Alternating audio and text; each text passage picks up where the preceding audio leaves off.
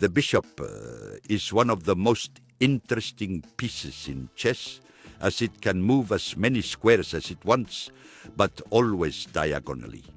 Like other pieces, it cannot jump over others, which means it will always move on squares of the same color throughout the game.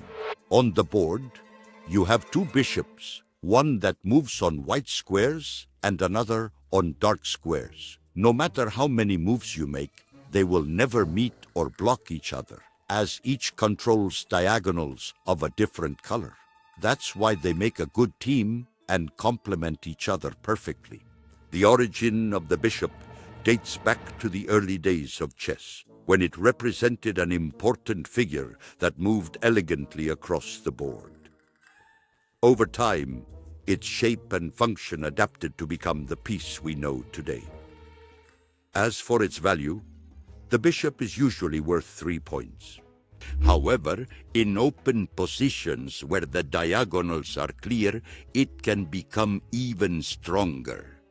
The best strategy to take advantage of it is to develop it early and place it on active diagonals pointing towards the center of the board. You can also use it in a fianchetto, and if you don't know what that is, you can click above on the right to see our playlist, where we will explain it in detail. Placing the fianchetto in a corner to protect the castling and dominate a large diagonal. In the endgames, having two bishops is a great advantage, as together they can control almost the entire board.